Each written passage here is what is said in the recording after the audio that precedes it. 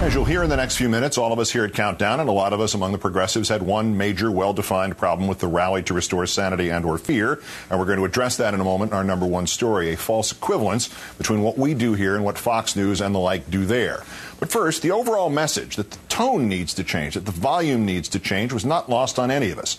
The anger in this news hour was not an original part of it, nor was it an artifice that we added to it. It was a response to a threat to this democracy posed by Mr. Bush and now by his lineal descendants. The anger happened. It will still happen. It is not for ratings, and it is not get angry first and find a reason later. But there is an institutionalization of it that may no longer be valid. That is the worst persons in the world segment, which started, of all things, as a way of defending Tucker Carlson.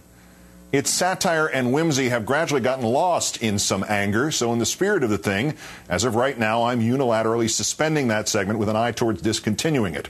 We don't know how that works long term. We might bring it back. We might bring back something similar to it. We might kill it outright. And next week, we will solicit your input. It's just that today, given the serious stuff we have to start covering tomorrow, we think it's the right time to do it short term, and then we'll see what happens. And we'll also see if anybody else on TV or radio will do something similar. As to the event, an estimated crowd of 215,000 on the National Mall on Saturday, and the costumes and the takeoff Tea Party signs were out in full force and were terrific. On stage, the Roots played house band for the acts like John Legend, Kid Rock, Sheryl Crow. Father Guido Sarducci gave the benediction. The Mythbusters, Adam Savage and Jamie Heineman, on hand to conduct crowd wave experiments. And one wore a tie. And one point, asking 200,000 plus people to get airborne so they could get a seismic reading when they landed. Eventually, Colbert and Stewart paired on stage for their sanity versus fear battle royale in a debate setting. Mr. Stewart called out basketball legend Kareem Abdul-Jabbar. It's like an inventory of all my friends were at this thing to prove to Colbert there are not Muslims, but rather people who are Muslim. For his part, Colbert unleashed the media to help him keep fear alive, playing cable news clip reels, mostly consisting of sound bites from Fox News and MSNBC. The point to demonstrate the left and right going back and forth at one another, sowing fear and division. You see my face in there. I had called Brian Kilmeade of Fox News an un-American bastard after he had said all Muslims are terrorists. John Oliver, as Peter Pan, came out and helped Mr. Stewart slay the fear-fronting Colbert. And then Jon Stewart announced he was getting sincere about the real problem. The country's 24-hour Politico pundit perpetual panic conflictinator did not cause our problems, but its existence makes solving them that much harder. Why would you work with Marxists actively subverting our Constitution, or racists and homophobes who see no one's humanity but their own? We hear every damn day about how fragile our country is, on the brink of catastrophe, torn by polarizing hate, and how it's a shame that we can't work together to get things done. But the truth is, we do. We work together to get things done every damn day. The only place we don't is here or on cable TV. Embedded in that message is an equivocation of the right-wing cable news network, Fox, and the one that's on the left, this one, as if we're each equidistant from sanity, each equally to blame for the division Stewart talks about. What are the odds of two cable channels on opposite sides of the political spectrum being exactly the same in every other respect, exactly as bad in dividing the country, exactly as bad in twisting facts, exactly as bad in demonizing religious minorities, exactly as bad in defending the corporatization of the country? What are the odds that a network, this one, which acquired a progressive bent essentially by inadvertence after I took a stand against the Iraq war that is now the definition of mainstream, would be exactly as bad as a network founded by a conservative billionaire who hired a former Nixon campaign man to run it for the express purpose of espousing the same right-wing view of the world that the same company loses millions of dollars a year pushing a failed newspaper with, and which then gave millions of dollars to the Republican Party apparatus this year. Sticking up for the powerless is not the moral equivalent of sticking up for the powerful. Jonathan Alter is, of course, Newsweek Magazine's national affairs columnist, MSNBC political analyst. Here's the disclosure. John's wife works on the Colbert Report, and he was a guest on it, correct? That is correct. They call me John Nepetinsky. That's very nice. Put a fresh set of eyes on this for me.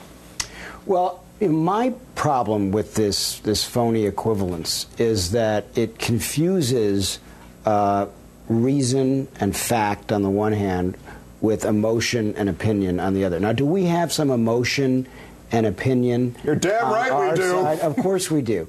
But we are, founded in fact and in some participation in what one George H.W. Bush aide called the reality-based community. Mm-hmm. So we start there, and then sometimes we'll, go off the rails. And, one of the clips that they used at the rally from you later apologized for. You were willing to say, I went over the top. Yeah. The other network does not do that, at least we're owed not a few since very often. A few from 1996 they haven't gotten to yet. And to me, the quintessential example of what's wrong with Fox is that on the question of the president's religion, they, time after time after time, over a period of years, have asked guests, they've had anchors asking guests, do you believe the president is a Muslim? Mm-hmm. As if it's a matter of opinion rather than fact. And we don't do that here. If something is legitimately a matter of opinion, then we have plenty of that. But we don't confuse the two. Facts can be stubborn things, or as Pat Moynihan said, everybody's entitled to their own opinion, but they're not entitled to their own facts. Why the assumption, and I know to some degree I'm arguing against this by what I did with Worst Persons, but why the assumption that if the good guys stand down, the bullies will too? I never found that to work with actual bullies on the playground. I haven't found it to work in this equation either. Well, that's the problem. I mean, politics is a contact sport, and I don't think that Jon Stewart has to embrace every eye gouge at the line of scrimmage. But I think he's in a little bit of a tricky position where he gets to take shots in his show, and if they're funny, which they almost always are, I don't agree with you that he jumped the shark. I think he's still very funny. But that's okay. So what he's essentially saying is that when we take shots, that's not okay. Maybe because it's not funny enough, and humor is the only standard. So if our barbs were funny enough and got over his funny bar, that therefore they would be okay. Well, otherwise, what he's saying is it's okay for them to do it, but not for us. But in defense of that position, he is a comedian and will advertise himself as such. Does that, in fact, make a difference? It does make a difference. But for him to, bring everybody to the mall, not even say, except Tony Bennett was the only one who said, go vote, and then to essentially at the end, after a terrific show, but at the end to say just one word about the problems in the Capitol and the rest of it is the media's fault, I thought was a missed opportunity maybe to focus on what the real problems facing the country are. I don't think that cable news, with all of its problems, is the source of the great menace to America right now. And I think he conveyed that impression a little bit there. He also did refer to cable TV, which was sort of, I thought, a funny way to phrase it since he's on cable TV. The equivalence, though, between Fox and this network didn't start with Jon Stewart, didn't start Saturday at all.